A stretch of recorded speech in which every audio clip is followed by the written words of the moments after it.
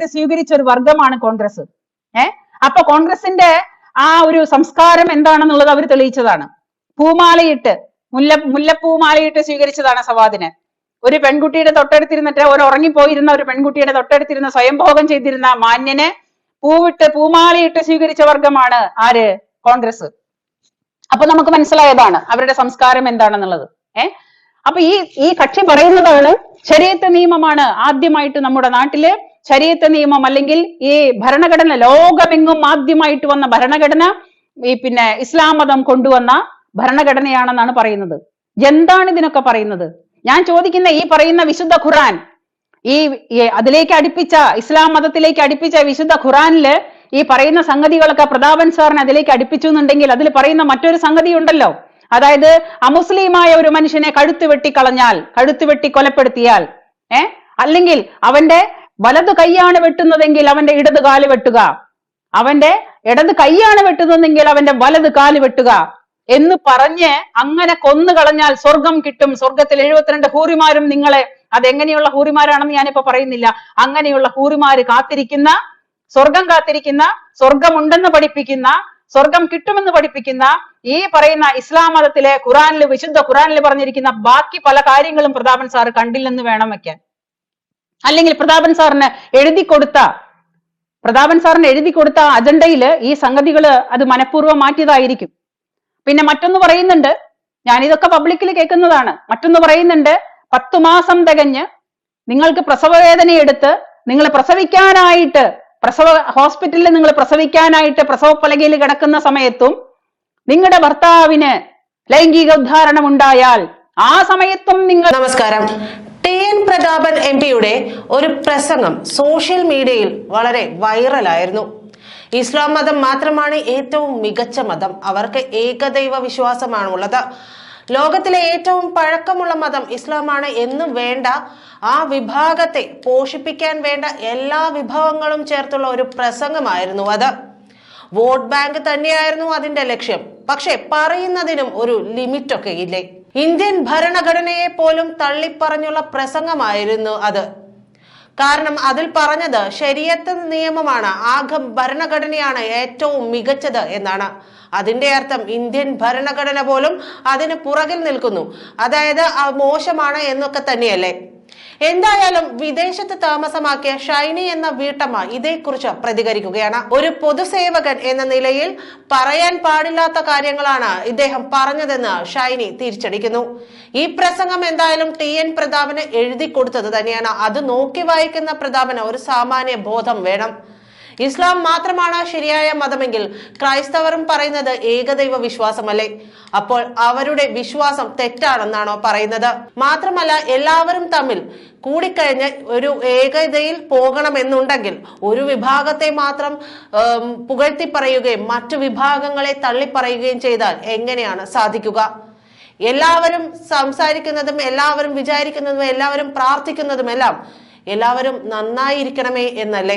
അങ്ങനെ TN പ്രതാപൻ MP-യുടെ ആ പ്രസംഗത്തെ വളരെ വസ്തുനിഷ്ഠമായി പൊളിച്ചടക്കുകയാണ് ഈ വീട്ടമ്മ. എല്ലാവർക്കും നമസ്കാരം. ആരൊക്കെ ഓൺലൈനിൽ ഉണ്ടോ എന്നുള്ളത് എനിക്കറിയില്ല. അപ്പോൾ ഇന്ന് ഒരു പുതിയൊരു സംഭവം ഞാൻ കേൾക്കാനിടയായി. അപ്പം അത് നിങ്ങളെ കൂടി ഒന്ന് കേൾപ്പിക്കണം എന്നെനിക്ക് തോന്നി. കാരണം നമ്മളെല്ലാവരും ഈ ഭൂമിയിൽ ജീവിക്കുന്ന മനുഷ്യരാണ്. രാഷ്ട്രീയവും മതവും മാറ്റിവെച്ചാൽ ഏകതയോട് കൂടിയിട്ട്, ഏകതാ മനോഭാവത്തോടു കൂടിയിട്ട് ജീവിച്ചു പോകുന്ന മനുഷ്യരാണ് നമ്മളിൽ ഓൾമോസ്റ്റ് എല്ലാവരും. ആരും അങ്ങനെ ഓൾമോസ്റ്റ് ആൾക്കാരും അങ്ങനെ മതത്തിന്റെ പേരിലോ അല്ലെങ്കിൽ ജാതിയുടെ പേരിലോ ഒന്നും സഹിഷ്ണുതയുള്ള, അത് അടിവരയിട്ട് പറയുന്നു ഞാൻ, സഹിഷ്ണുതയുള്ള ഒരു മനുഷ്യനും ഒരിക്കലും ഒരാളുടെ മെക്കിട്ട് കയറാനോ അല്ലെങ്കിൽ രാഷ്ട്രീയത്തിന്റെ പേരിൽ പിന്നെ കലഹിക്കാനോ നമ്മൾ പോവാറില്ല.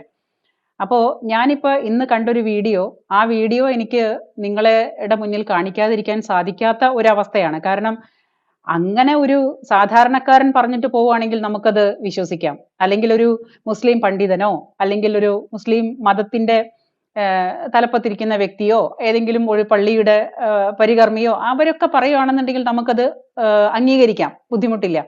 പക്ഷേ ഒരു പബ്ലിക്കിന്റെ മുന്നിൽ അല്ലെങ്കിൽ ഒരു പബ്ലിക്കായിട്ട് ജനസേവനം ചെയ്യുന്ന ഒരു ജനസേവകൻ എന്ന് തന്നെ പറയാം, അല്ലെങ്കിൽ ഒരുപാട് പേര് ഏത് മതവും ജാതിയും പാർട്ടിയും എല്ലാം മറന്ന് വോട്ട് ചെയ്ത് ജയിപ്പിച്ച ഒരു MLA നമ്മുടെ പ്രതാപൻ സാറിന്റെ വായെന്ന് തന്നെ ഈ വക വാക്കുകളൊക്കെ കേൾക്കുമ്പോൾ നമുക്കത് ഒരിക്കലും അംഗീകരിക്കാനാവില്ല. അപ്പൊ ആദ്യം തന്നെ ഞാൻ പ്രതാപൻ സാറിന്റെ കുറച്ച് വാക്കുകൾ ഒന്ന് കേൾപ്പിക്കാം നിങ്ങളെ, എന്നിട്ട് നിങ്ങൾ കേട്ടു നോക്കൂ, എന്നിട്ട് ഞാൻ നിങ്ങളിലേക്ക് വരാം.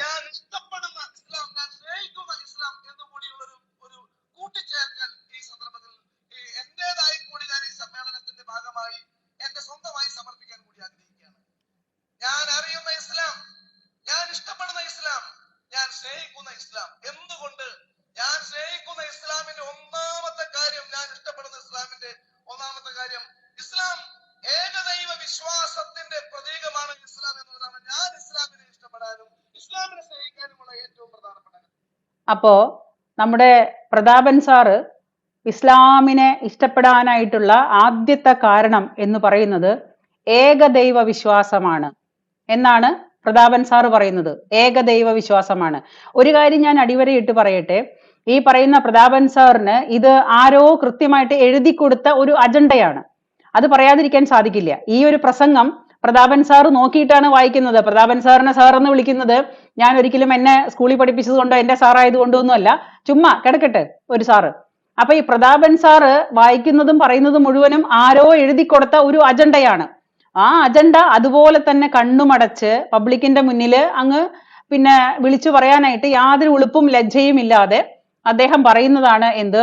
ഏകദൈവ വിശ്വാസമാണ് അദ്ദേഹത്തിനെ ഈ പറയുന്ന സംഗതിയിലേക്ക് അടുപ്പിച്ചത്. അപ്പോ അള്ളാഹുവാണ് ഏകദൈവം എന്ന് പറയുന്ന ആ ഒരു അവസ്ഥയാണ് ഇദ്ദേഹത്തെ അതിലേക്ക്, ആ മതത്തിലേക്ക് അടുപ്പിച്ചത് എന്നാണ് ഇദ്ദേഹം വായുവിട്ട് പിന്നെ വിളിച്ചു പറയുന്നത്. അപ്പൊ ഞാൻ ചോദിക്കട്ടെ, ഇവിടെ ഏകദൈവ വിശ്വാസികളാണെന്ന് പറയുന്ന മറ്റൊരു വിഭാഗമുണ്ടല്ലോ, ഒരു ക്രിസ്തീയ വിഭാഗം, അവർക്കും ഏകദൈവമാണ് എന്ന് അവർ പറയുന്നു. അപ്പൊ അത് തെറ്റാണോ എന്ന് ഈ പബ്ലിക്കിന്റെ മുന്നിൽ തന്നെ ഈ പ്രതാപൻ വ്യക്തമാക്കണം.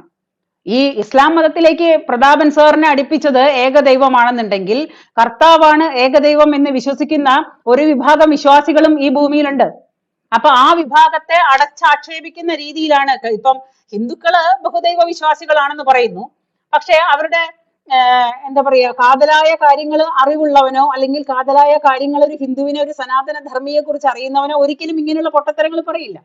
കാരണം ഇവിടെ ഈ ലോകം ഉണ്ടായ കാലം മുതൽ നിലനിൽക്കുന്ന ഒരു വസ്തുതയാണ് സനാതന ധർമ്മം. അപ്പൊ ആ സനാതന ധർമ്മത്തിൽ നിന്നുകൊണ്ട്, അല്ലെങ്കിൽ ആ സനാതന ധർമ്മത്തിൽ നമ്മൾ എന്താണ് പറയുന്നത്? ലോകാ സമസ്ത സുഖിനോ ഭവന്തു. ഈ ലോകത്തിൽ എല്ലാവർക്കും, അതായത് ക്രിസ്ത്യാനികൾക്കെന്നോ മുസ്ലിങ്ങൾക്കെന്നോ അല്ലെങ്കിൽ സനാതന ഹിന്ദുവിനെന്നോ അല്ല പറയുന്നത്. നമ്മുടെ ഏറ്റവും വലിയ വേദവാക്യം ലോകാ സമസ്ത സുഖിനോ ഭവന്തു എന്ന് തന്നെയാണ്. അപ്പൊ അങ്ങനെ പ്രാർത്ഥിക്കുന്നതാണോ ഇസ്ലാമിന്റെ മാത്രം ദൈവമാണ് ഏകദൈവം എന്ന് പറയുന്നതാണോ ശരിയെന്ന് ഈ പ്രതാപൻ സാറ് തന്നെ സ്വയം തീരുമാനിക്കട്ടെ. അല്ലെങ്കിൽ തലയ്ക്ക് വെളിവില്ലാണ്ട് ഇതുപോലൊക്കെ വിളിച്ചു പറയുന്ന, ഇതുപോലുള്ള നോൺസെൻസുകളൊക്കെ പറയുന്നവര് സ്വയം ഒന്ന് ചിന്തിക്കേണ്ടതുണ്ട്. ഇവിടെ ഒരു വിഭാഗത്തിന് മാത്രം ജീവിച്ചാൽ പോരാ. അപ്പൊ ഈ പറയുന്ന പ്രതാപൻ സാറ് പറയുന്നു ഏകദൈവത്തിനോട് അടുപ്പിച്ചത്, അല്ലെങ്കിൽ അതിനോട് അടുക്കാനായിട്ട് അദ്ദേഹത്തെ പ്രേരിപ്പിച്ചത് ഏകദൈവ വിശ്വാസമാണ്. ഏകദൈവ വിശ്വാസം എന്ന് പറയുമ്പോൾ അപ്പുറത്ത് ക്രിസ്ത്യാനികളും പറയുന്നു അവരുടെ യേശു ക്രിസ്തു, ദയാവായ്പിന്റെ പ്രതിപുരുഷനായ യേശു ക്രിസ്തു കർത്താവാണ് ഏകദൈവം എന്ന് ക്രിസ്ത്യാനികളും വിശ്വസിക്കുന്നു. അപ്പോ അവരെ അടച്ചാക്ഷേപിക്കലല്ലേ ഈ പരിപാടി പറയുന്നത്? അപ്പൊ ഓരോരോ കാര്യങ്ങൾ പറയുന്നതില് ഓരോന്നിനോട് നമ്മളെ അടുപ്പിക്കുന്നതും നമ്മളെ പറയിപ്പിക്കുന്നതും നമ്മുടെ മനസ്സിലുള്ള വിശ്വാസങ്ങളും ഈ പറയുന്ന സംഗതികളൊക്കെ നമ്മുടെ മനസ്സിലുണ്ടെങ്കിലും നമ്മളൊരു പബ്ലിക് സേവകനാണ്. പബ്ലിക്കിന്റെ മുന്നില് നമ്മള് MLA ആണ്, ജനങ്ങളെ തെരഞ്ഞെടുത്ത ഒരു ആളാണ് ഈ പറയുന്ന, ഒരു പൊതുപ്രവർത്തകനാണ് ഈ പറയുന്ന പ്രതാപൻ. ആ പ്രതാപനാണ് ഇങ്ങനെ ഘോരം ഒരു വിഭാഗത്തിന് വേണ്ടി മാത്രം തൊണ്ട പൊട്ടിക്കാറുന്നത്. അത് നിങ്ങൾ കണ്ടതാണല്ലോ, ഇത് ഞാനായിട്ട് ഉണ്ടാക്കിയതല്ല. അപ്പൊ ആ ഏകദൈവത്തിന്റെ കാര്യം അവിടെ നിൽക്കട്ടെ. ഏകദൈവ വിശ്വാസി, അവൻ ഏകദൈവമാണ് പ്രതാപനെ ഈ പറയുന്ന മുസ്ലിം മതത്തിലേക്ക് അടുപ്പിച്ചത്. ശരി, അത് അയാൾ അങ്ങനെ പറഞ്ഞു. നമുക്ക് അയാളുടെ അടുത്ത വരികളും കൂടി കേൾക്കാം.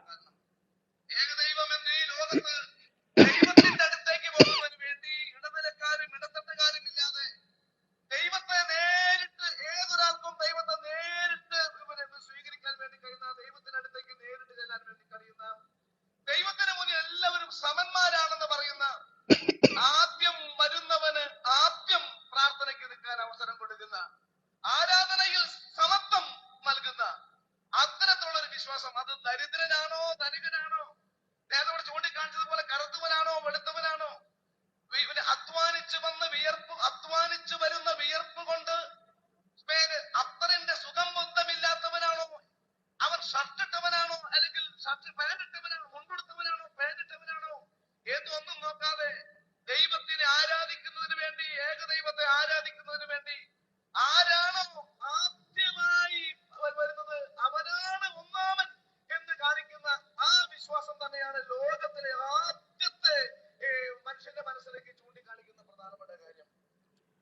അപ്പൊ അടുത്തത് ലോകത്തിലെ ആദ്യത്തെ മതം.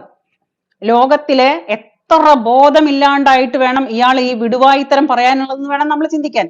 ലോകത്തിലെ ആദ്യത്തെ മതമായ ഇസ്ലാം മതം. എവിടെ ഒരു 1400 വെറും 1400 വർഷം മാത്രം പഴക്കമുള്ള ഒരു മതത്തിനെ കുറിച്ചാണ് ഇദ്ദേഹം പറയുന്നത്. ചരിത്രങ്ങളിൽ നോക്കിയാൽ നമുക്ക് വളരെ കൃത്യമായിട്ട് മനസ്സിലാവും. പിന്നെ ഓരോ മനുഷ്യർക്കും സാധാരണ എല്ലാവർക്കും അറിയുന്ന ഒരു കാര്യമാണ്, വെറും 1400 വർഷങ്ങൾ മാത്രം പഴക്കമുള്ള ഒരു മതത്തിനെ ലോകത്തിലെ ആദ്യത്തെ മതമായിട്ട് പ്രതാപൻ സാറ് അങ്ങ് ചിത്രീകരിക്കുകയാണ്. അപ്പോ ആ ലോകത്തിലെ ആദ്യത്തെ മതമാണ് ഇസ്ലാം മതം. പിന്നെ പറയുന്ന ഒരു പോയിന്റ് ആണ്, ഇടനിലക്കാരില്ലാതെ ദൈവത്തോട് നേരിട്ട് പ്രാർത്ഥിക്കാൻ പറ്റുന്ന ഏക മതമാണ് ഇസ്ലാം മതം. ഇടനിലക്കാരില്ലാതെ. അപ്പോ അതാരെയാണ് പറയുന്നത്? ഇടനിലക്കാര് വേണമെന്നുള്ളത് ആരെയാണ് പറയുന്നത്?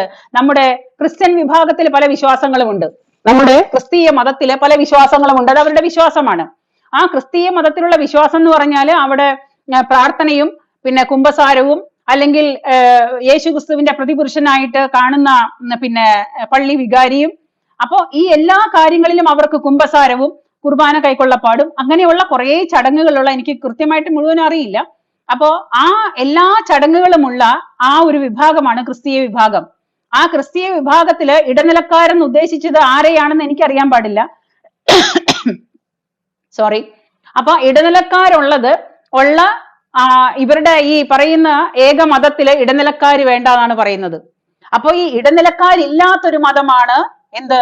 മുസ്ലിം മതം.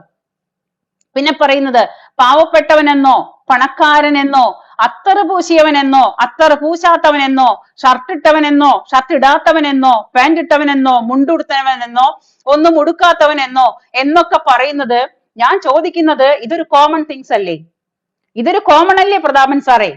നിങ്ങൾ ഈ പറയുന്ന ഈ തൊണ്ടപൊട്ടി വിളിച്ചലറുന്ന ഈ സംഗതികള് ഏതെങ്കിലും പള്ളിയിലോ ഏതെങ്കിലും ചർച്ചിലോ അല്ലെങ്കിൽ ക്രിസ്ത്യാനികളുടെ പള്ളികളില് പണക്കാരെയും പാവപ്പെട്ടവരെയും മാറി മാറിയാണ് ശുശ്രൂഷിക്കുന്നത്. അല്ലെങ്കിൽ ഏതെങ്കിലും ഒരു ഹിന്ദുവിന്റെ അമ്പലത്തില് പണക്കാരനാ നീ വന്ന് തൊഴുതോ, ബാക്കി പാവപ്പെട്ടവൻ അങ്ങ് മാറി നിക്ക്. അല്ലെങ്കിൽ നീ പൈസ ഇല്ലാത്തവനാ, നീ ഈ അമ്പലത്തിലോട്ട് കയറണ്ട. അല്ലെങ്കിൽ നീ പാവപ്പെട്ടവനാണ്, നീ ഇങ്ങോട്ട് കടക്കണ്ട, പണക്കാരൻ ആദ്യം വരട്ടെ എന്നുള്ള പിന്നെ ഉയർച്ച താഴ്ചകള് ആരെങ്കിലും എവിടെയെങ്കിലും കൽപ്പിച്ചിട്ടുണ്ടോ? ഇനി അഥവാ അമ്പലങ്ങളിൽ എന്തെങ്കിലും ചെയ്യുന്നുണ്ടെങ്കിൽ അത് ദേവസ്വം ബോർഡിന്റെ കൊള്ളരുതായ്മകൾ മാത്രമാണ്. നമ്മുടെ അമ്പലങ്ങൾ കൈയടക്കി വെച്ചിട്ട് നമ്മുടെ അമ്പലങ്ങളിൽ നിന്ന് കിട്ടുന്ന കോടികൾ മുഴുവനും അടിച്ച് പോക്കറ്റിലാക്കിയിട്ട്, ആ അടിച്ചു മാറ്റി പോക്കറ്റിലാക്കിയിട്ടുള്ള ഹിന്ദുവിന്റെ പണങ്ങളെല്ലാം എടുത്ത് വിഴുങ്ങിയിട്ട് ഇവനെ പോലുള്ള കഴിഞ്ഞ കുറെ 10-70 വർഷങ്ങളായിട്ട് 10-75 വർഷങ്ങളായിട്ട് കഴിഞ്ഞ കുറെ 10-75 വർഷങ്ങളായിട്ട് ദേവസ്വം ബോർഡ് എന്ന് പറയുന്ന ഒരു രാക്ഷസന്റെ രൂപത്തിലുള്ള ഒരു സംഗതിയുടെ ഭരണഘടനയും കൂടി വെച്ചിട്ട് ആ അമ്പലങ്ങളിൽ പിരിയുന്ന കോടികൾ മുഴുവനും തട്ടിയെടുത്ത് ആ കോടികൾ മുഴുവനും പോക്കറ്റിലാക്കിയിട്ട് ഇവിടുത്തെ കോൺഗ്രസും ഇവിടുത്തെ മാർക്സിസ്റ്റും മാറി മാറി ഭരിച്ച് ഹിന്ദുവിനെ കുത്തുപാളയടിപ്പിച്ച് പെരുവഴിയിലാക്കിയിട്ട് ആ ഹിന്ദുവിന്റെ പൈസ മുഴുവനും നക്കി തിന്നിട്ട് ഈ പറയുന്ന മാന്യൻ വന്നിട്ട് പറയുവാണ്, ഏറ്റവും കൂടുതൽ ഒരാളുടെയും ഇടനിലക്കാരനില്ലാണ്ട് നേരിട്ട് പ്രാർത്ഥിക്കാൻ പറ്റുന്ന ഏക മതമാണ് മുസ്ലിം മതം എന്നാണ് പറയുന്നത്. എനിക്ക് മുസ്ലിം മതത്തിനോട് യാതൊരു തരത്തിലുള്ള പിന്നെ എന്താ പറയാ ബുദ്ധിമുട്ടും ഇല്ല. അവരൊരു വിഭാഗമാണ്, അവരും ഈ ഭൂമിയിൽ സമാധാനമായിട്ട് ജീവിക്കണം എന്ന് മാത്രം ചിന്തിക്കുന്ന ഒരാളാണ് ഞാൻ. കാരണം ഈ പറയുന്ന ഏകദൈവ വിശ്വാസങ്ങളായാലും ബഹുദൈവ വിശ്വാസങ്ങളായാലും എല്ലാം ഒരു മനുഷ്യന്റെ വിശ്വാസങ്ങൾ മാത്രമാണ്, അന്ധവിശ്വാസങ്ങളിലേക്കല്ല, വിശ്വാസങ്ങൾ മാത്രമാണ്. ആ വിശ്വാസങ്ങളിൽ കയറി ചൊറിയാനൊന്നും ഞാൻ ആളല്ല. എല്ലാ ആൾക്കാരുടെ വിശ്വാസങ്ങളെയും എല്ലാ മതങ്ങളുടെ വിശ്വാസങ്ങളെയും ഞാൻ ബഹുമാനിക്കുന്നു. അതാണ് എന്നെ പഠിപ്പിച്ചത്. എല്ലാ മതങ്ങളുടെ വിശ്വാസങ്ങളെയും ബഹുമാനിക്കാനും എല്ലാ മതങ്ങളെയും ഉൾക്കൊള്ളാനും എല്ലാ മതത്തിന്റെ ചടങ്ങുകളെയും ഉൾക്കൊള്ളാനും ഞാൻ ശീലിച്ചിട്ടാണ് എനിക്ക് ഇതേവരേക്കും ഒരു സഹിഷ്ണുതയോട് കൂടിയിട്ട് എല്ലാത്തിനെയും ഉൾക്കൊള്ളാൻ സാധിച്ചത്. പക്ഷെ അത് മറ്റുള്ളവർക്ക് ഉണ്ടാവണമെന്നില്ല. പക്ഷെ എന്ന് വെച്ചാലും മറ്റുള്ളവന്റെ, അതായത് ഒരു വിഭാഗത്തെ മാത്രം, അപ്പൊ ഞാൻ ചോദിക്കുന്നത് ഒരു വിഭാഗക്കാർക്ക് മാത്രം ഇവിടെ ജീവിച്ചാൽ മതിയോ? അപ്പൊ അവരെ കുറിച്ച് പറയുന്നതാണ്, ഇടനിലക്കാരില്ലാതെ പ്രാർത്ഥിക്കാൻ പറ്റുന്ന ഒരു മതമാണ് ഇസ്ലാം മതം. അപ്പൊ ഞാൻ ചോദിക്കുന്ന, ബാക്കിയുള്ളവരൊക്കെ ഇടനിലക്കാരുണ്ടായിട്ടാണോ പ്രാർത്ഥിക്കണേ? നമ്മൾ കൈ കൂപ്പിയിട്ട് ദൈവമേ ഈശ്വര എന്ന് പറയുന്നിട്ട് നേരിട്ട് ദൈവത്തോടെല്ലാം പറയുന്ന ആൾക്കാരാണ്. ഞാൻ അങ്ങനെയാണ്, ഞാൻ കൂലിക്ക് ആളെ വെക്കാറില്ല. നിങ്ങളും എന്റെ കൂടെയുള്ള എല്ലാ സനാതന ധർമ്മ വിശ്വാസികളും അങ്ങനെയൊക്കെ തന്നെയാണ്. നമ്മൾ ആരും കൂലിക്ക് ആളെ വെച്ചിട്ടില്ല. ഈ കൂലിക്കാളെ വെച്ച് പ്രാർത്ഥിക്കുന്ന ചടങ്ങ് എവിടെയെങ്കിലും ഉണ്ടോ? നിങ്ങൾ കേട്ടിട്ടുണ്ടോ? പ്രതാപൻ സാർ പറയുന്നു അങ്ങനെയാണ്. ഏക ദൈവം ഈ ലോകമുണ്ടായ കാലത്തുള്ള ഏക മതമാണ് ഇസ്ലാം മതം. ഈ ഇസ്ലാം മതത്തില് പ്രാർത്ഥിക്കാനായിട്ട് പിന്നെ എന്താ പറയാ, കൂലിക്കാളെ വെക്കേണ്ട കാര്യമില്ല എന്നൊക്കെയാണ് പറയുന്നത്. നേരിട്ട് പ്രാർത്ഥിക്കാം അത്രേ അദ്ദേഹം പറയുന്ന കാര്യങ്ങളാണ്. പിന്നെ പണക്കാരനെന്നോ പാവപ്പെട്ടവനെന്നോ യാതൊരു തരത്തിലുള്ള വ്യത്യാസങ്ങളും ഇല്ലാതെ. അപ്പൊ ഞാൻ ചോദിക്കുന്ന, പാവപ്പെട്ടവനും പണക്കാരനും എന്ന ഇത് വ്യത്യാസം എവിടെയാണുള്ളത്? അമ്പലത്തിലുണ്ടോ? അല്ലെങ്കിൽ പള്ളിയിലുണ്ടോ? ചർച്ചിലുണ്ടോ? ക്രിസ്ത്യാനികളുടെ കൂട്ടത്തിലുണ്ടോ? പിന്നെ എന്താണ് ഇയാൾ ഈ അടിച്ചു വിടുന്നത്? എനിക്ക് മനസ്സിലാവുന്നില്ല. അപ്പൊ ഇയാളെ മുസ്ലിം മതത്തിലേക്ക് ഇയാളെ അടുപ്പിച്ചതിന്റെ തെളിവുകളാണ് ഞാൻ ഈ പറയുന്നത്. അപ്പൊ ഇനി അടുത്തത് കേൾക്കാം നമുക്ക്.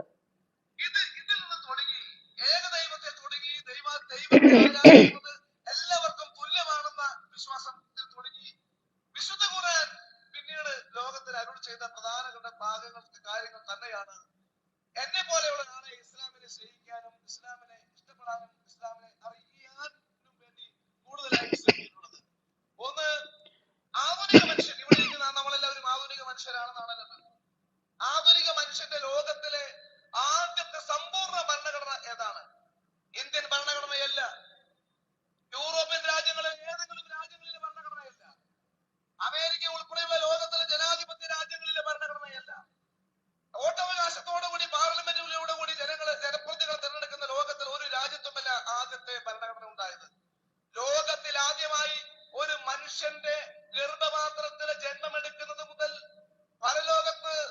പരലോകത്ത് ദൈവത്തിന്റെ അടുത്തേക്ക് പോകുന്നത് വരെയുള്ള മുഴുവൻ കാര്യങ്ങളും രേഖപ്പെടുത്തിയ ലോകത്തിലെ ആദ്യത്തെ സമ്പൂർണ്ണ മനുഷ്യന്റെ ഭരണഘടനയാണ് വിശുദ്ധ ഖുർആൻ എന്നുള്ളതാണ് എന്നെ പോലെയുള്ള ആളുകളെ ഇസ്ലാമിനോട് കൂടുതൽ അടുക്കാനും സ്നേഹിക്കാനും. ഓക്കെ, അടുത്തത് ശരീഅത്ത് നിയമമാണ് ലോകത്തിലെ ആദ്യത്തെ ഭരണഘടന. ശരീഅത്ത് നിയമമാണ് ലോകത്തിലെ ആദ്യത്തെ ഭരണഘടന എന്ന് ഇസ്ലാം മതം പഠിപ്പിക്കുന്നു.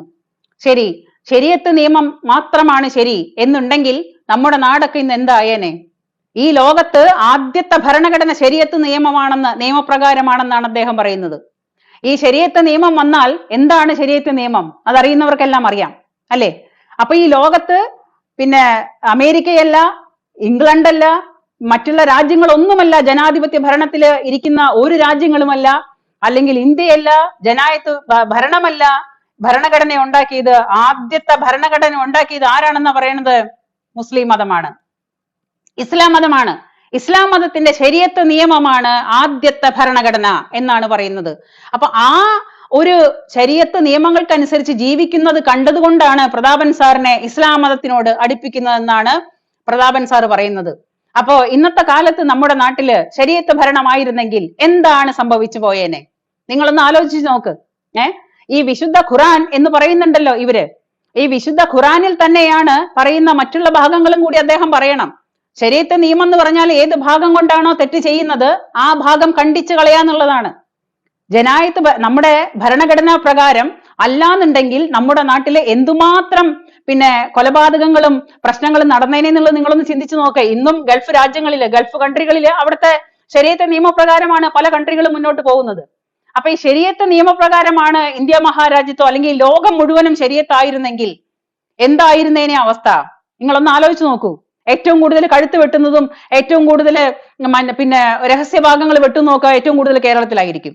കാരണം ഇന്ന് പീഡനങ്ങൾ ഇങ്ങനെ ഏറി വരില്ലേ.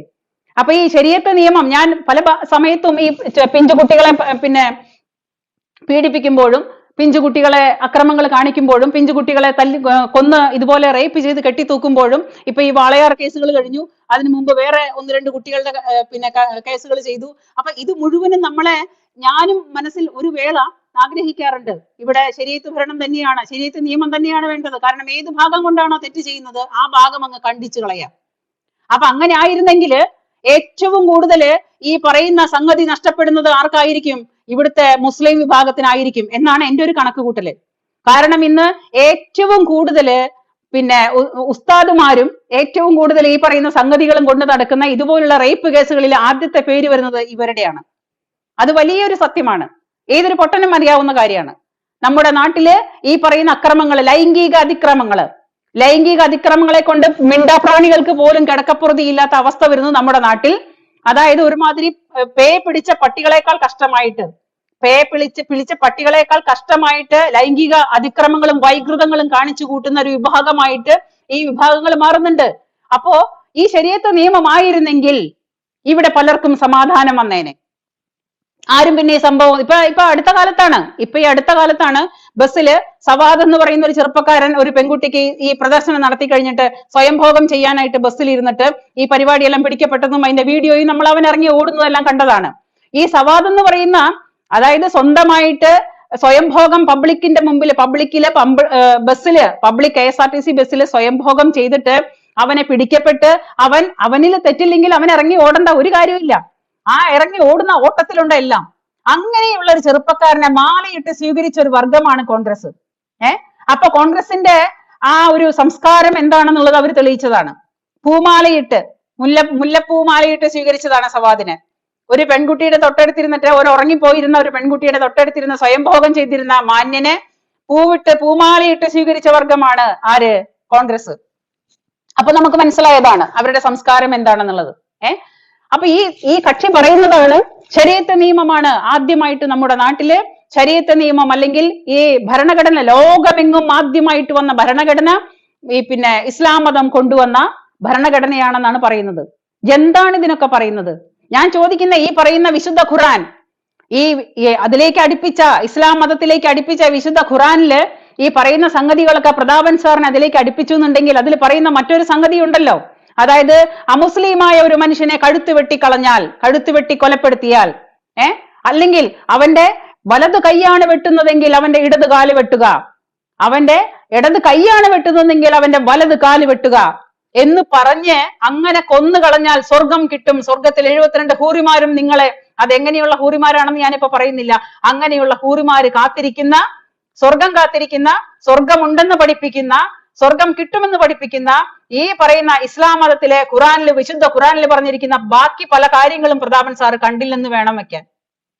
അല്ലെങ്കിൽ പ്രതാപൻ സാറിന് എഴുതി കൊടുത്ത അജണ്ടയില് ഈ സംഗതികള് അത് മനഃപൂർവ്വം മാറ്റിയതായിരിക്കും.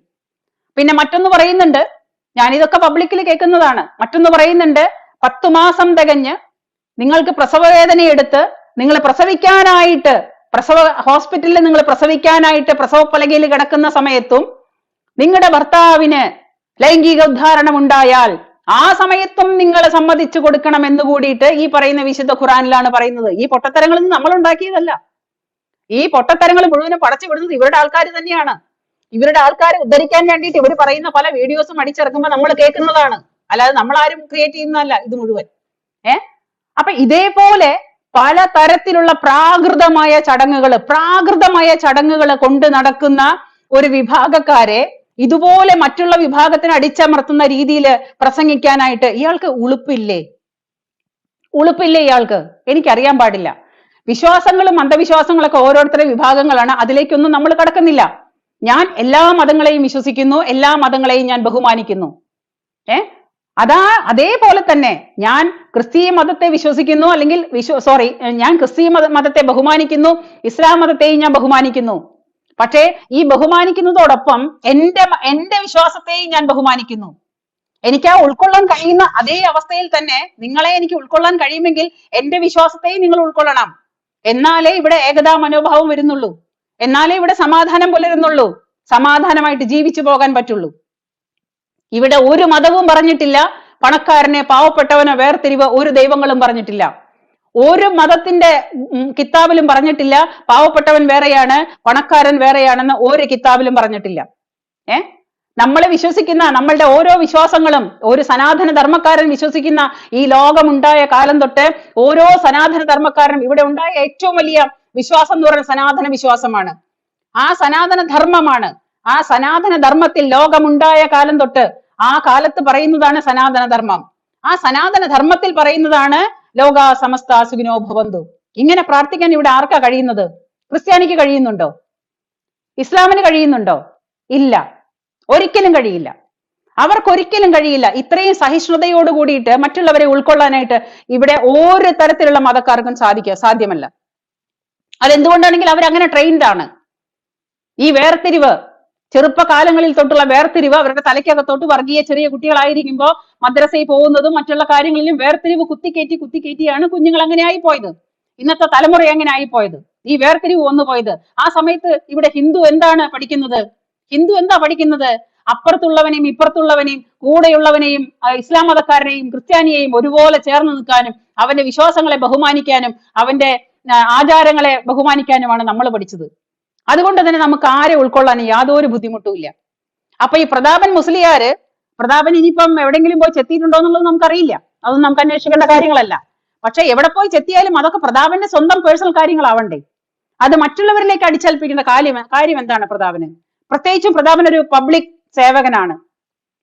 ഒരു പബ്ലിക്കിന്റെ മുന്നില് സേവിക്കുന്ന ഒരാള് ഒരു കൂട്ടർ മാത്രമാണ് ശരി എന്ന് പറയുന്നത് ഏത് തരത്തിലുള്ള മനോരോഗമാണെന്ന് എനിക്ക് മനസ്സിലാവുന്നില്ല. അപ്പോ ഇനി അടുത്തത് കേൾക്കാം, പ്രതാപൻ സാറിന്റെ അടുത്ത പ്രസംഗം കേൾക്കാം. അന്വേഷിച്ച് യാത്ര ചെയ്യാനും വിശുദ്ധ ഖുർആനിൽ മാതാവിന്റെ ഗർഭപാത്രത്തിൽ രൂപമെടുക്കുന്ന ഗർഭസ്ഥ ശിശുവിന്റെ ആരംഭം മുതൽ ഭൗതിക ലോകത്തെ ജീവിതത്തിന് അവന്റെ ജീവിതത്തിന്റെ എല്ലാ രീതികളും അവന് ഭക്ഷണം മാത്രമല്ല, ആഹാരം മാത്രമല്ല, അവൻ അനുഷ്ഠിക്കേണ്ടി വരുന്ന ഭൗതികമായ മുഴുവൻ ജീവിതങ്ങളും ഒരു നിശ്ചിതമായ മാർഗനിർദ്ദേശത്താൽ എഴുതപ്പെട്ട ലോകത്തിലെ ആദ്യത്തെ മനുഷ്യന്റെ ഭൗതികമായ ഭരണഘടന.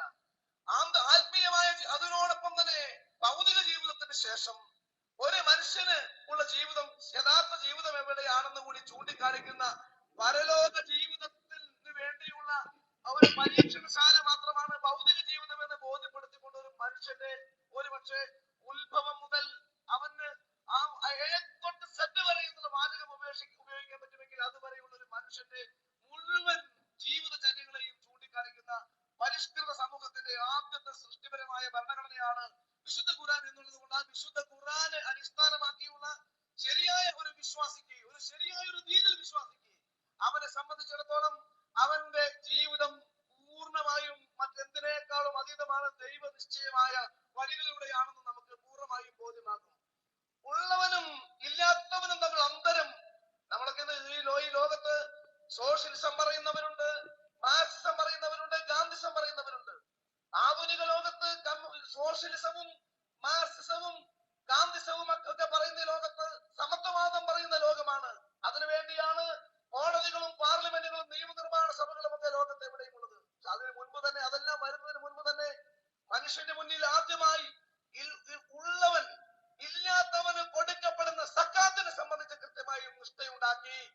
സക്കാത്ത് കൊണ്ട് നിങ്ങളുടെ സമ്പത്തിനെ സംരക്ഷിക്കുക എന്ന് പഠിപ്പിച്ച, ദാനം ഉപദ്രവത്തിന്റെ 7 കവാടങ്ങൾ അടയ്ക്കും, ദാനം ഉപദ്രവത്തിന്റെ 7 കവാടങ്ങൾ അടയ്ക്കും എന്ന് പഠിപ്പിച്ച, സക്കാത്ത് തടഞ്ഞ കാരണം കൊണ്ടല്ലാതെ കടലിലും കരയിലും ഒരു സമ്പത്തും നശിച്ചിട്ടില്ല എന്ന് പഠിപ്പിച്ച ഈ ലോകത്തെ ഏറ്റവും വലിയ സമത്വവാദത്തിന്റെ സാമ്പത്തിക സിദ്ധാന്തം ഇന്നത്തെ മനുഷ്യന് കൂടി നാളത്തെ മനുഷ്യന് കൂടി വിഭാവനം ചെയ്ത ലോകത്തിലെ ആദ്യത്തെ സാമ്പത്തിക ശാസ്ത്രത്തിന്റെ ഉപജ്ഞാതാക്കൾ കൂടിയാണ് വിശുദ്ധ ഖുർആനിലൂടെ ലോകത്തിന് പ്രദാനം ചെയ്തിരിക്കുന്നത്. വേറെ ഈ ലോകത്തിന്റെ ആദ്യത്തെ സാമ്പത്തിക ശാസ്ത്രത്തിന്റെ ഉപജ്ഞാതാക്കൾ കൂടിയാണ് ഇസ്ലാം മതം. ലോകത്തിന്റെ ആദ്യത്തെ സാമ്പത്തിക ഉപജ്ഞാതാവ് എന്ന് ഉറപ്പിച്ച് പറയാൻ കഴിയും പ്രതാപൻ സാറിന്. ആര്? ഇസ്ലാം മതം, അല്ലെങ്കിൽ ഇസ്ലാം പണ്ഡിതരായിരിക്കും. ഇത് ഇയാള് പൊട്ടനാണോ അതോ ഇയാള് പൊട്ടനായിട്ട് അഭിനയിക്കുന്നതാണോ എനിക്കറിയാൻ പാടില്ല. ഒരു അമ്മയുടെ ഗർഭപാത്രത്തിൽ തുടങ്ങിയിട്ട് എല്ലാവർക്കും ഒരേ മനസ്സോട് കൂടിയിട്ട് ഒരുപോലെ കാണാൻ കഴിയുന്ന, ഒരേ സ്ഥാനം നൽകുന്ന ഇത് ഇസ്ലാം മതമാണെന്ന് പറയുന്നുണ്ട്. അപ്പോ ഈ പറയുന്ന ഇസ്ലാമില് അമുസ്ലിം എന്ന് പറയുന്ന വാക്ക് എങ്ങനെയാ ഉണ്ടായത്? ഇത് പ്രതാപൻ തന്നെ പറയണം. ഈ പ്രതാപൻ സാറിനെ കാണാൻ എന്തെങ്കിലും യോഗം ഉണ്ടെങ്കിൽ ഞാൻ ചോദിക്കാൻ വെച്ചിരിക്കുന്ന ഒരു ചോദ്യമാണ്, ഈ പറയുന്ന ഈ അമുസ്ലിങ്ങള്, ഒരു അമുസ്ലിമിനെ കണ്ടാൽ അവന്റെ കഴുത്ത് വെട്ടിയാൽ നിനക്ക് സ്വർഗം ലഭിക്കും എന്ന് പറഞ്ഞിട്ടുള്ള ഖുർആൻ, വിശുദ്ധ ഖുർആൻ, ആ വിശുദ്ധ ഖുർആനെ ചൂണ്ടിയാണ് പ്രതാപൻ പറയുന്നത് ഈ ഭൂമിയില് ഏകത, എല്ലാവർക്കും ഒരേ സ്ഥാനം, എല്ലാവർക്കും ഒരേ സ്ഥാനത്തില് ഒരേ സ്ഥാനം അലങ്കരിച്ചുകൊണ്ട് സക്കാത്തിൽ, അതായത് ദാനധർമ്മങ്ങൾ ഏറ്റുകൊണ്ട്, ഇവിടെ ദാനധർമ്മങ്ങൾ നടത്തുന്ന ഈ ഒരു പിന്നെ വർഗക്കാര് മാത്രമാണോ ഈ ഭൂമിയിൽ? ആണോ? ഇനി കൂടുതൽ കൂടുതൽ കൂടുതൽ എന്റെ പുറകെ പോയി കഴിഞ്ഞാൽ നമ്മള് മറ്റു പലതും പറയേണ്ടി വരും. അതുകൊണ്ട് ഞാൻ അതൊന്നും പറയുന്നില്ല. ഇപ്പൊ ഈ പറയുന്ന പൊട്ടത്തരങ്ങളില് ഈ ആരോ എഴുതി കൊടുത്ത അജണ്ട വായിച്ചു കൂവുമ്പോ ഞാനൊരു പബ്ലിക് സേവകനാണ്, ഞാനൊരു പൊതുപ്രവർത്തകനാണ് എന്നുള്ളൊരു ബോധമെങ്കിലും അയാൾക്ക് വേണ്ടേ? ഒരു ചെറിയ തടസ്സം ഉണ്ടായി, സോറി.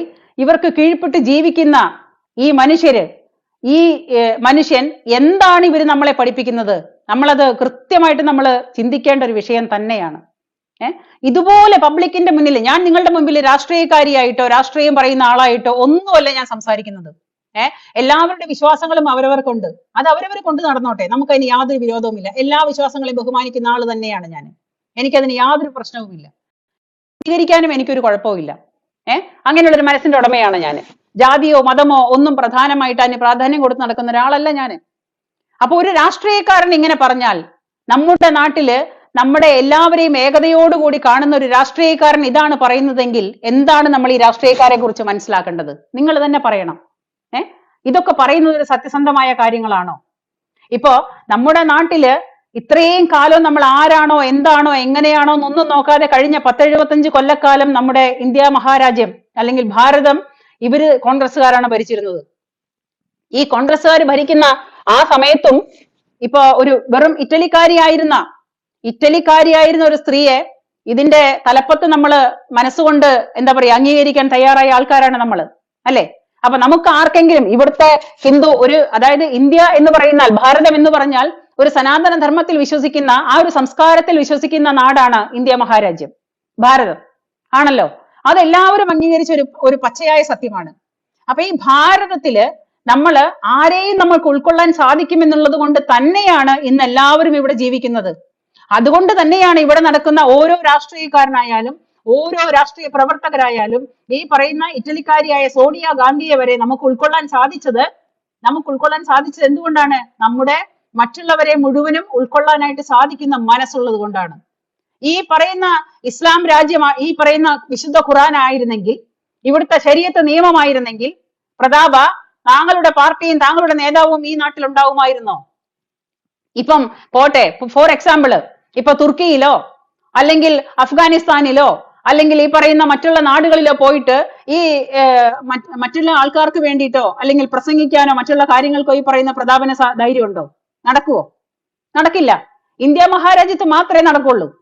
ഒരു ഇറ്റലിക്കാരിയായ ഒരു സ്ത്രീയെ ഒരു നേതാവായിട്ട് അംഗീകരിക്കാനും കഴിഞ്ഞ കുറെ കാലങ്ങളായിട്ട് നമ്മുടെ നാട് ഭരിക്കാനും നമ്മളെ ഭരിക്കപ്പെടാനും നമ്മൾ സമ്മതിച്ചതും നമ്മൾ അംഗീകരിച്ചതും ഈ സനാതന ധർമ്മം ഇവിടെ നിലനിൽക്കുന്നത് കൊണ്ട് മാത്രമാണ്. അത് ഇവരുടെ പാർട്ടി മനസ്സിലാക്കണം, അത് കോൺഗ്രസ് മനസ്സിലാക്കണം.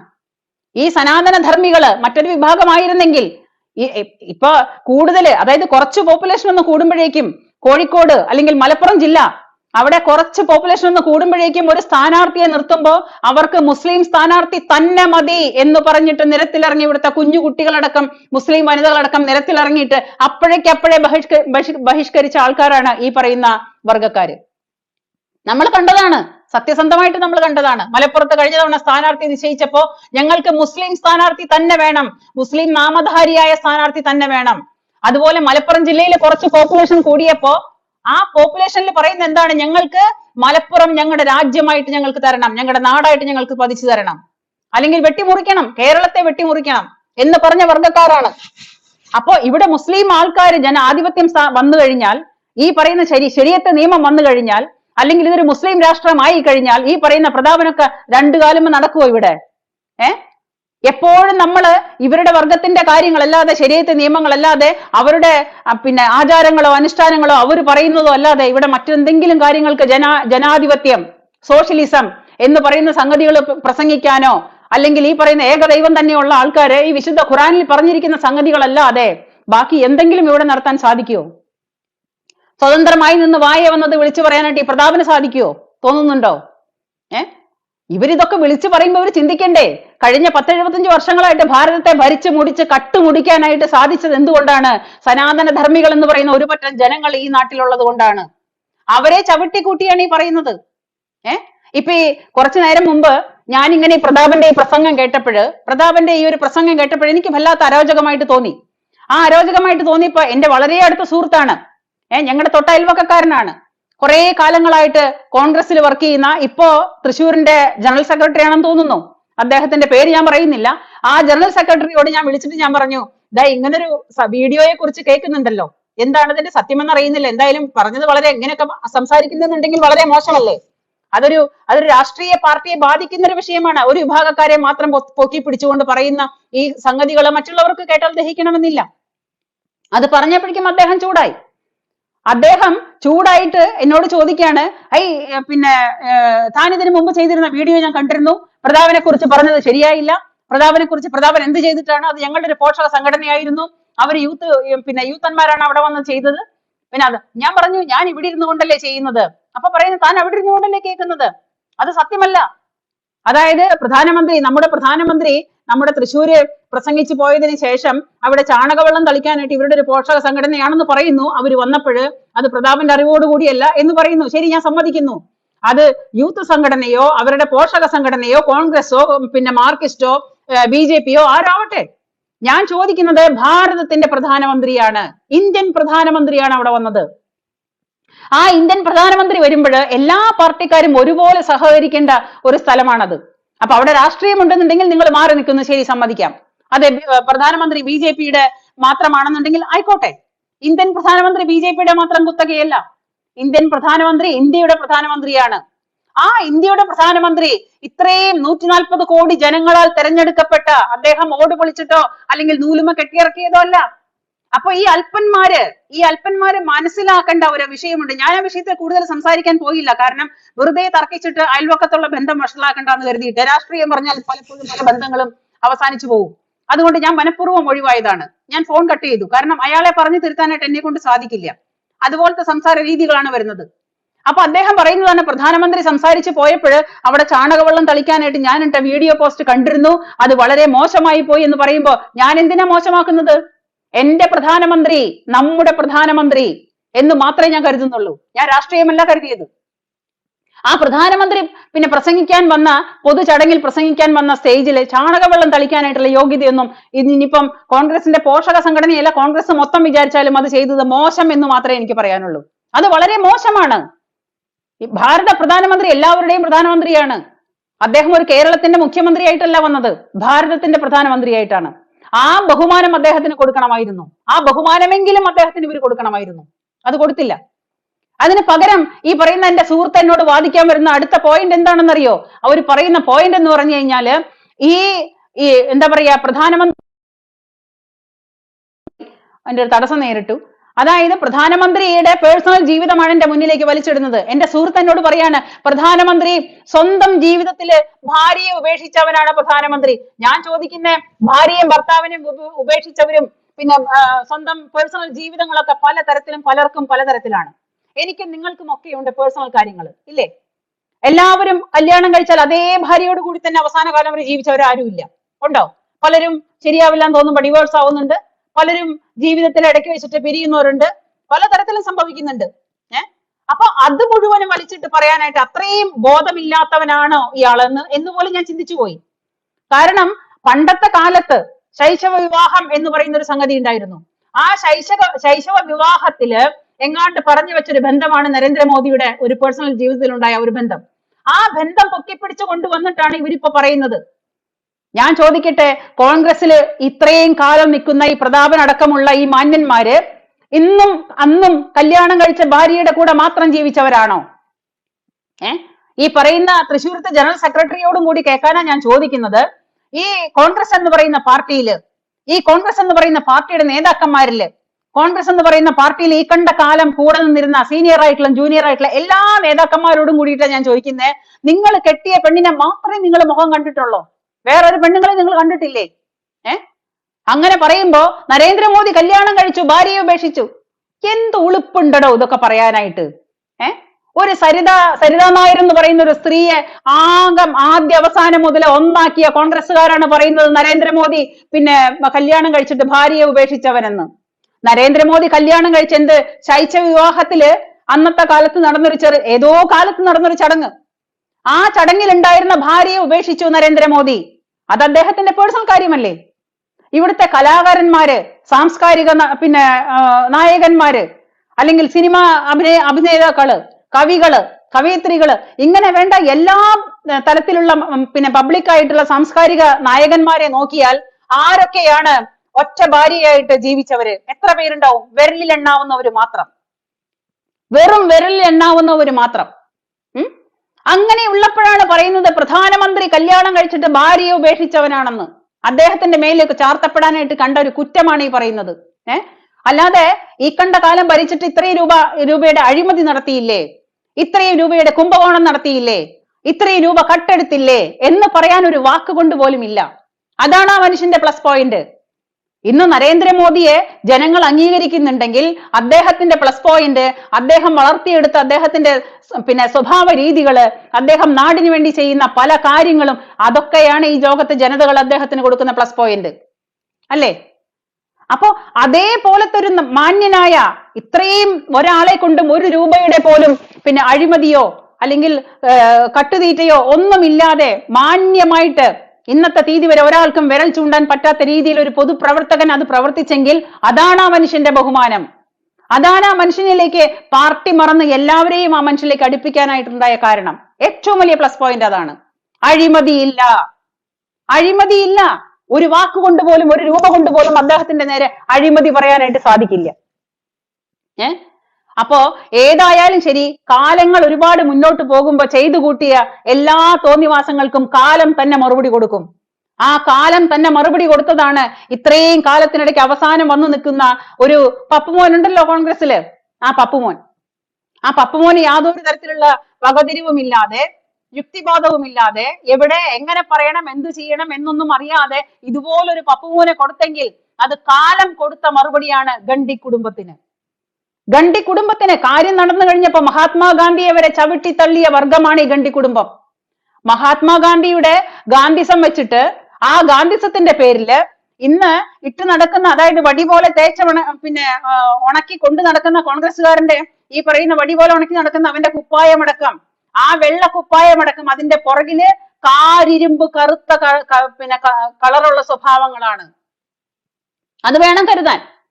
ഈ കോൺഗ്രസ്, അതായത് ഏറ്റവും കൂടുതൽ ധാർമ്മികതയോട് കൂടിയിട്ട് അല്ലെങ്കിൽ അവകാശത്തോട് കൂടിയിട്ട് ഞാൻ പറയുന്നത് എന്തുകൊണ്ടെന്ന് വെച്ചാൽ, പഴയ ഒരു കോൺഗ്രസ്സുകാരന്റെ മകളാണ് ഞാന്, പഴയ ഒരു കോൺഗ്രസ് കുടുംബമാണ് ഞാന്.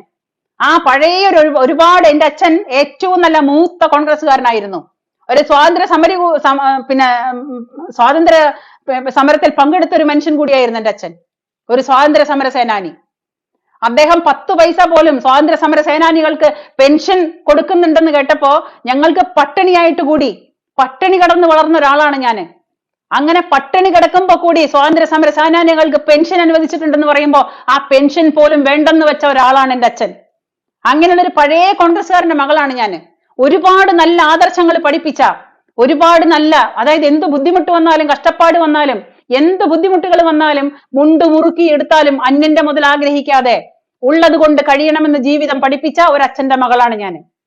അങ്ങനെയുള്ള ഒരു ആദർശധീരനായ അച്ഛനാണ്. അവസാന കാലം വരെയും, എന്റെ അച്ഛന് ആക്സിഡന്റ് പറ്റി മരിക്കുന്ന കാലം വരെയും എന്റെ അച്ഛൻ ഒരിക്കലും ബാക്കിയുള്ള ഒരു തുണിത്തരങ്ങളും എന്റെ അച്ഛൻ ഉപയോഗിച്ചിട്ടില്ല. ഖദർ മാത്രം. അവസാനം വരെ, അച്ഛന്റെ മരണം വരെ ഖദർ മാത്രം ഉപയോഗിച്ച്, ഖദറിന്റെ അച്ഛൻ ആകെ കൂടി തുണികൾ മേടിച്ചിട്ടൊന്നും 10 രൂപ പോലും ചെലവാവില്ല. ഒരു ആഡംബര ജീവിതവുമില്ല. ഒരു ഗാന്ധിയന്റെ അതേപോലത്തെ അവസാന കാലം വരെ ഖദർ മാത്രം ധരിച്ച്, മരണാവസാനം വരെ ഖദർ മാത്രം ധരിച്ച ഒരു സ്വാതന്ത്ര്യ സമര സേനാനിയുടെ പഴയ കോൺഗ്രസ്സുകാരന്റെ മകളാണ് ഞാൻ. ഞാനാണ് പറയുന്നത്. അപ്പൊ എനിക്ക് എല്ലാ തരത്തിലും പറയാനുള്ള അർഹതയുണ്ട്. ഈ പറയുന്ന ഇവന്മാരെന്നിട്ട് എന്നോട് പറയണതാണ്, ഈ പറയുന്ന നമ്മുടെ പ്രധാനമന്ത്രിക്ക് കല്യാണം കഴിച്ചപ്പോ കല്യാണത്തിൽ ഭാര്യയെ ഉപേക്ഷിച്ചു. ശൈശവ വിവാഹത്തിൽ എങ്ങാണ്ട് പണ്ട് തന്തയും തള്ളയും ചെയ്തു വെക്കുന്ന ഒരു അന്ധവിശ്വാസത്തിന്റെ പേരില് ഇന്നും അദ്ദേഹത്തിന് വിമർശിക്കുകയാണ്. അല്ലാതെ 10 രൂപയുടെ പോലും ഒരു അഴിമതി ചൂണ്ടിക്കാണിക്കാൻ ഇവരെ കൊണ്ട് സാധിക്കില്ല. ഇനി എന്താണെങ്കിലും ശരി, എല്ലാവരോടും ഞാൻ പറയുന്നത്, നമ്മുടെ പ്രധാനമന്ത്രിയല്ലേ. പണ്ട് മൻമോഹൻ സിംഗിനെ നാണം കെടുത്തിയപ്പോ ആ സംഗതിയിൽ അന്ന് ഗുജറാത്ത് മുഖ്യമന്ത്രിയായിരുന്ന ഈ പറയുന്ന നമ്മുടെ നരേന്ദ്രമോദി തന്നെ പറയുന്നുണ്ട്, കേരളത്തിലെ ഭാരതത്തിന്റെ പ്രധാനമന്ത്രിയെ നാണം കെടുത്താനൊന്നും ആരും വരേണ്ട കാര്യമില്ല. ഞങ്ങൾ തമ്മിൽ പലതരത്തിലുള്ള പിന്നെ തർക്കങ്ങളും കാര്യങ്ങളും ഒക്കെ ഉണ്ടായിരിക്കും. പക്ഷെ മറ്റൊരാള്, പുറത്തു നിന്ന് വന്ന ഒരാള് ഞങ്ങളുടെ കൂട്ടത്തിൽ വന്ന് കളിക്കേണ്ട. അന്നും ഗുജറാത്ത് മുഖ്യമന്ത്രി ആയിരുന്ന സമയത്തും നമ്മുടെ നരേന്ദ്രമോദി പറഞ്ഞിരുന്ന ഒരേ വാക്കിതാണ്. അന്ന് മൻമോഹൻ സിംഗ് ആയിരുന്നു പ്രധാനമന്ത്രി. അദ്ദേഹത്തെ ആരോ കളിയാക്കിയതിന്റെ പേരിൽ നമ്മുടെ ഇന്നത്തെ പ്രധാനമന്ത്രി കൊടുത്ത മറുപടിയാണ്, ഞങ്ങളുടെ ഇന്ത്യക്കകത്ത് കയറി കളിക്കാൻ വരണ്ട, ഇന്ത്യയുടെ പ്രധാനമന്ത്രിയെ ചൊറിയാൻ വരണ്ട, അതിനുള്ള യോഗ്യത നിങ്ങൾക്കില്ല. പറഞ്ഞു വരുമ്പോ ഞങ്ങളിൽ പല പ്രശ്നങ്ങളുണ്ടാവും. പക്ഷെ പുറത്തുനിന്നുള്ള ഒരാള് പ്രധാനമന്ത്രിയെ കളിയാക്കാൻ വരേണ്ട ആവശ്യമില്ല എന്ന് ചിന്തിക്കുന്ന ആ മാനസികാവസ്ഥയാണ് ആ മനുഷ്യനെ ഇന്ന് എല്ലാവരുടെ മുമ്പിൽ നേതാവാക്കിയത്. നമ്മുടെ പ്രധാനമന്ത്രിയുടെ ഈ മാനസികാവസ്ഥയാണ് നമ്മുടെ എല്ലാവരുടെ മുമ്പിലും അദ്ദേഹത്തെ നേതാവാക്കിയത്. ഈ ഏകതാ മനോഭാവം തന്നെയാണ്. പക്ഷെ ഇന്ന് കോൺഗ്രസ് എന്താ ചെയ്തുകൊണ്ടിരിക്കുന്നത്? ഈ പറയുന്ന മുസ്ലിം പ്രീണനം, എവിടെ നോക്കിയാലും പ്രീണനങ്ങൾ മാത്രം, പ്രീണിപ്പിച്ച് ഞാൻ ചോദിക്കുന്നേ, ഈ പറയുന്ന കോൺഗ്രസ്സുകാർക്ക് മുസ്ലിം മാത്രം ഇവിടെ ജീവിച്ചാൽ മതിയോ? മുസ്ലിമുകൾക്ക് മാത്രം ഒരു ജീവിതം ഉണ്ടായാൽ മതിയോ? എന്താണ് ഇവർ ഉദ്ദേശിക്കുന്നത്? ഇവര് അതോ ഇവിടെ ഒരു മുസ്ലിം രാജ്യം ഉണ്ടായി കാണണമെന്നാണോ ഇവരുടെ ഒരു ആവശ്യം? അപ്പൊ ബാക്കിയുള്ളവർ എവിടെ പോവും? ഇവിടെ മുസ്ലിം ഭൂരിപക്ഷത്തില് 1-2 കൂടി വരുമ്പോ തന്നെ പലതരത്തിലുള്ള നിയമങ്ങളും പലതരത്തിലുള്ള ശരീഅത്ത് നിയമങ്ങളും നടപ്പിലാക്കാനായിട്ട് പലരും ഇവിടെ ശ്രമിക്കുന്നുണ്ട്. നടക്കുന്നില്ല. അതാണ് സത്യം. അപ്പൊ ഈ ലോകം മുഴുവനും ഇസ്ലാം മതം വന്നു കഴിഞ്ഞാൽ ഇവിടെ മനുഷ്യൻ സമാധാനമായിട്ട് ജീവിക്കോ പ്രതാപ? ലോകം മുഴുവൻ ശരീഅത്ത് വന്നു കഴിഞ്ഞാൽ ഇവിടെ കോടതികളും നിയമങ്ങളും മറ്റുള്ളതൊക്കെ ഇവിടെ നടന്നു പോവോ? എന്താണ് ഇയാൾ ഉദ്ദേശിക്കുന്നത്? എനിക്ക് മനസ്സിലാവുന്നില്ല. ഇവിടുത്തെ ക്രിസ്ത്യാനികൾ, ഒരു ക്രിസ്തീയ വിഭാഗം എന്നൊന്നുണ്ട്. ഒരു 100-300 വർഷങ്ങളായിട്ടുള്ളൂ ക്രിസ്തീയ വിഭാഗങ്ങൾ നമ്മുടെ നാട്ടിൽ വന്നിട്ട്. ഈ പറയുന്ന ക്രിസ്തീയ വിഭാഗങ്ങൾ നമ്മുടെ നാട്ടിൽ വന്നിട്ട്, ഈ ക്രിസ്ത്യാനികൾ നമ്മുടെ നാട്ടിൽ വന്നതുകൊണ്ട് നമുക്ക് നല്ല വിദ്യാഭ്യാസം നമുക്ക് ലഭിക്കാൻ സാധ്യതയുണ്ടായി. നമ്മുടെ നാട്ടിലെ ക്രിസ്ത്യാനികൾ തന്നെയാണ്, അവർക്ക് അതിനുള്ള സ്ഥാനം അത് അവർക്ക് കൊടുക്കാതിരിക്കാൻ പറ്റില്ല. കൃത്യമായിട്ട് വളരെ നല്ല രീതിയിൽ വിദ്യാഭ്യാസ സ്ഥാപനങ്ങളും മറ്റുള്ള കാര്യങ്ങളും, നന്നായിട്ട് ഇംഗ്ലീഷ് സംസാരിക്കാനും ഇംഗ്ലീഷ് പറയാനും ഇംഗ്ലീഷ് പഠിക്കാനും ഇവിടുത്തെ ക്രിസ്തീയ മതങ്ങള് അല്ലെങ്കിൽ ക്രിസ്തീയ സംഘടനകള് അവര് തന്നെയാണ് അതിന്റെ ഏറ്റവും വലിയ കാരണക്കാര്. അപ്പൊ നമ്മുടെ നാട്ടിൽ ക്രിസ്തീയ മതം വന്നതുകൊണ്ട് അല്ലെങ്കിൽ ക്രിസ്തീയ വിശ്വാസികൾ വന്നതുകൊണ്ട് നമുക്ക് നല്ല വിദ്യാഭ്യാസങ്ങളും നല്ല സ്കൂളുകളും അവർ തന്നു. അവരെ കൊണ്ട് അങ്ങനെയാണ് ഏറ്റവും കൂടുതൽ നമ്മുടെ നാട്ടിലേക്ക് ഉപകാരപ്പെട്ടത്. പക്ഷെ ഇവരെ കൊണ്ടോ? ഈ ഇസ്ലാം മതം എന്ന് പറയുന്നത് വന്നിട്ട് ഇവിടെ മനുഷ്യന് കുത്തിത്തിരിപ്പും സമാധാനക്കേടും അടിച്ചേൽപ്പിക്കലും മാത്രമല്ലാതെ ഇസ്ലാം മതം നമ്മുടെ നാട്ടിന് തന്നിട്ടുള്ള എന്തെങ്കിലും ഒരു കാര്യത്തിന്റെ കാര്യം പറയട്ടെ പ്രതാപൻ. നമ്മുടെ നാട്ടിൽ ഇസ്ലാം മതം വന്നിട്ട് ഇസ്ലാം മതം നമുക്ക് വേണ്ടി ഇന്നത് ചെയ്തു, ഇസ്ലാം മതം മറ്റുള്ളവന് മാതൃകയാണ്, അല്ലെങ്കിൽ ഇസ്ലാം മതം മാതൃകയാക്കിയിട്ട് ഇങ്ങനെ വേണം എന്ന് പറയാനായിട്ട് ഒരു കാര്യം, ഈ കുത്തിത്തിരിപ്പും ബോംബ് വയ്ക്കലും മറ്റുള്ള പ്രശ്നങ്ങളും അല്ലാതെ, തല്ലും കൊള്ളിവയ്പും അതും ഇതുമല്ലാതെ എന്തെങ്കിലും ഒരു നല്ല കാര്യം നാടിന് വേണ്ടിയിട്ട് ഈ ഇസ്ലാം മതം എന്താണ് നമുക്ക് തന്നിട്ടുള്ളത്? പറയണം. അവര് തന്നെ പറയണം. ഈ പ്രാകൃത മതക്കാരും വിശ്വാസങ്ങളും വന്നിട്ട് നമുക്ക് അവരിൽ നിന്ന് കിട്ടിയിട്ടുള്ള സന്ദേശം എന്താണ്? അല്ലെങ്കിൽ സമാധാനമാണോ? സമാധാനത്തിന്റെ മതം എന്ന് പേര് മാത്രമേ ഉള്ളൂ. ഈ സമാധാന മതക്കാര്, ഞാൻ ഒരിക്കലും ഒരാളെയും തരംതിരിച്ച് പറയുന്നതല്ല, സത്യസന്ധമായ വാക്കുകളാണ്. എന്നെ ആരും ആക്ഷേപിക്കാൻ വന്നിട്ട് കാര്യമില്ല, എന്റെ അനുഭവം കൊണ്ടാണ് ഞാൻ പറയുന്നത്. അപ്പൊ അവര് പറയണം. പിന്നെ എന്തിനു വേണ്ടിയിട്ടാണ് ഈ പ്രീണനം?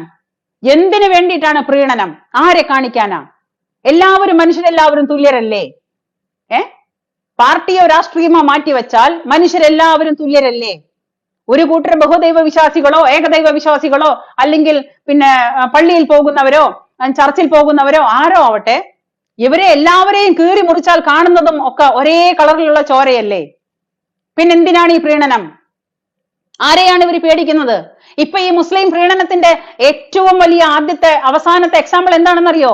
ശ്രീരാമ ക്ഷേത്രത്തിന്റെ പ്രാണപ്രതിഷ്ഠയില് ഈ കോൺഗ്രസ് എന്ന് പറയുന്ന പാർട്ടിക്കാർ പങ്കെടുക്കുന്നില്ല. ഞാൻ ഒരിക്കലും പ്രതീക്ഷിച്ചിട്ടില്ല ഇവരിൽ നിന്ന് അങ്ങനെ സംഭവിക്കുമെന്ന്.